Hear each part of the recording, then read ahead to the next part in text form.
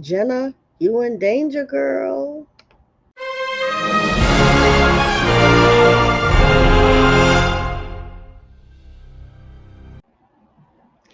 Hey y'all, it's your captain for all things creative, coming at you for the second time actually with this Rhony Reboot episode 8 recap. I have recorded this video before, but I guess StreamYard didn't get any sound, so I'm doing it again.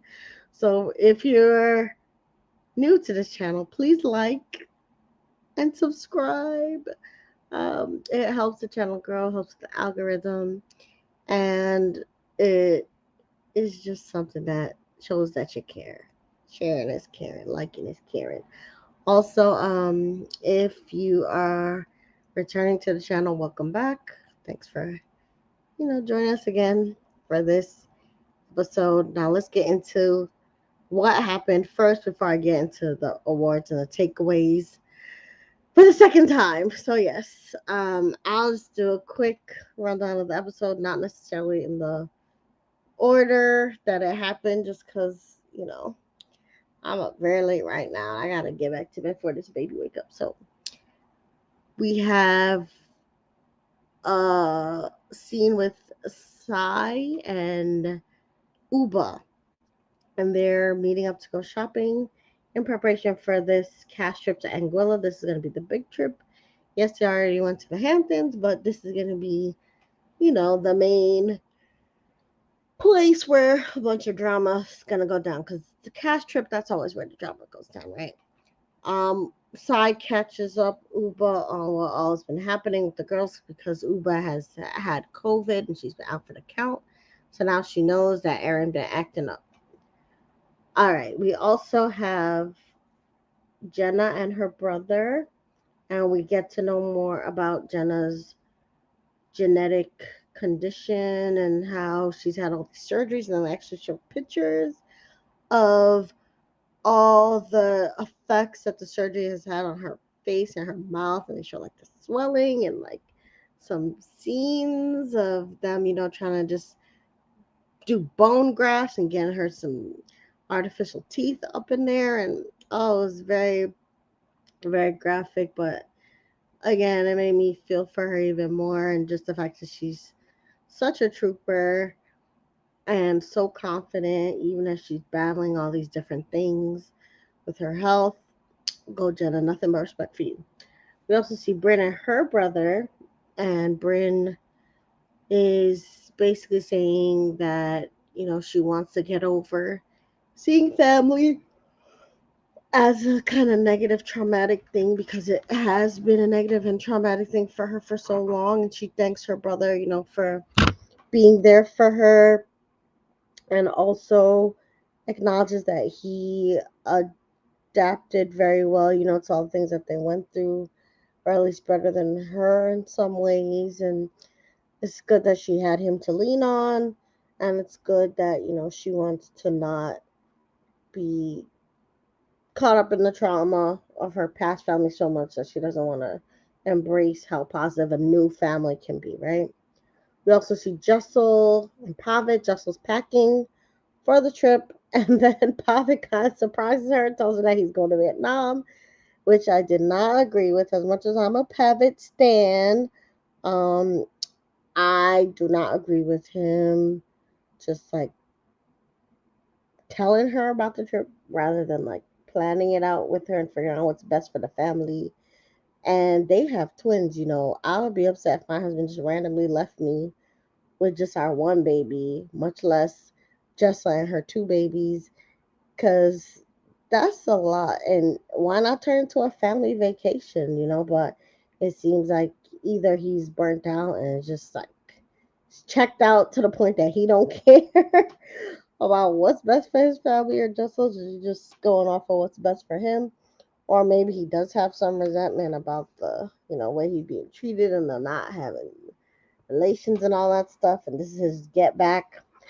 So poor Jessel, she got to deal with this fallout, and I'm surprised that Pavitt has done this, but it is what it is. We also see the girls getting to the airport. Sai's there first, which shows that she's punctual and everybody else is late. Oh, and before that, though, this is like a very important part.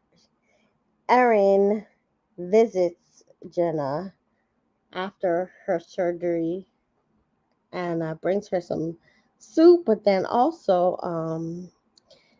acts like she's given a listening ear. And Jenna explains to her that, well, she's going to go to Anguilla early. Oh, excuse me. See, I'm up late. I got to go to bed. She's going to go to Anguilla early because she needs a tan, and her scars and her skin condition is actually helped by suntan, and she looks a little better with the suntan, so she wants to go early and get that done. And she also admits that she also don't want to fly coach, and her people have found her a upgraded business class seat if she goes a couple days early as well. So she gets two benefits out of going early. And Erin is like surprised because I guess she said, well, there's no, you know, business class on our flight. So she wants to go on the flight back with Jenna if Jenna can find a flight with a better seat. At least that's what she says. So then now, after the airport, which we talked about kind of reverse order, they get to Anguilla. Um, Sai reveals that it's a nice place, but two people have to share a room. So Uba and Jessel volunteer to share a room, and Sai says she's surprised Uba would share the room. But Uba is the coolest and the realest, so I'm not surprised. And she just takes one for the team. Uba and Jessel take the room near the pool. So that's their consolation prize for having to share. Is they get easy access to the infinity pool, which looks really nice. Everybody else gets very big rooms as well, but I think on the upper floor. And they leave Jenna with the worst, smallest room. And then over food, which Sai actually has. Shout out to Sai for feeding these people on the trip. They basically get Erin basically carrying a bone and trying to paint Erin as like this. Well, not painting Erin, but painting Jenna as a bougie person because Erin tells the girls that she went early because she doesn't want to fly and coach with them, which is not what Jenna said, but Erin twists it that way. But then Bryn takes this as a chance to complain about Jenna even more. She just goes back to harping about the gifts that Jenna brought, and she's saying how Jenna wants them to promote the stuff on social media, which Jenna has not asked them to do. But she then talks about how Jenna was promoting her own Christmas gift bags on social media, and then they're like, ick, which we'll talk about more later. But as they're talking all this mess about Jenna, she shows up, and then they confront her about the not flying with them, and Jenna tries to give an elaborate explanation about how she tried to go tanning before, but she couldn't go because of her surgery, and then she also couldn't go to like Miami because her friend got a puppy, and all these reasons that the girls are just not accepting.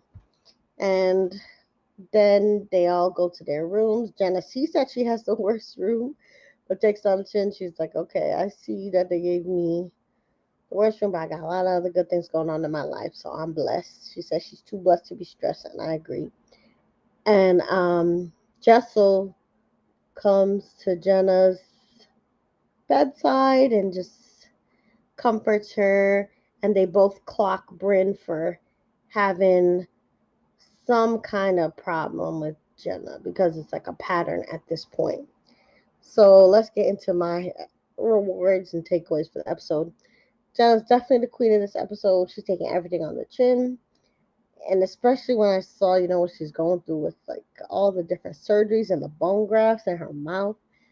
Ooh, just the fact that she has a smile on her face and she's trucking through it all. Shout out to her. And shout out to her for also taking it on the chin that she got the worst room. A lot of people on the Housewives trips get really obnoxious about the rooms. Like Ramona's one of them. And Jenna, she realized that she's too blessed to be stressed, like I said, and I was so proud of her for also not falling apart when all the girls was trying to come at her about taking the business class ticket, because she's right. She worked hard for her money. She worked hard for the money, right? So you better treat her right. She gets to choose what she want to do, and if she wants to spend her money on business class, that's her business. I don't see why that hurts anybody's feelings. It's so weird that they have this like jealousy and hate like that. So I'm glad Jenna would ignore the haters. My heart went out to Jessel. Jessel is like climbing up in the rankings for me. I did not like how Pavitt did her. I would be livid if my husband randomly was like, "Yeah, I'm going on a trip. It's not a business trip. It's just a trip to get away from y'all, and I'm not consulting with you about the date. You're gonna have to deal with the fallout with the children." Absolutely not. Jessel, whew, Jessel, you better than me for handling it that calmly with Pavitt. And I'm glad that you were the only one really to go to Jenna's side and comfort her and really remind her that yes, what the girls talking about is BS. If she wanna travel business class, that's her business and it's totally fine. So I'm team Jessel on this. I'm team Jessel and team Jenna on this.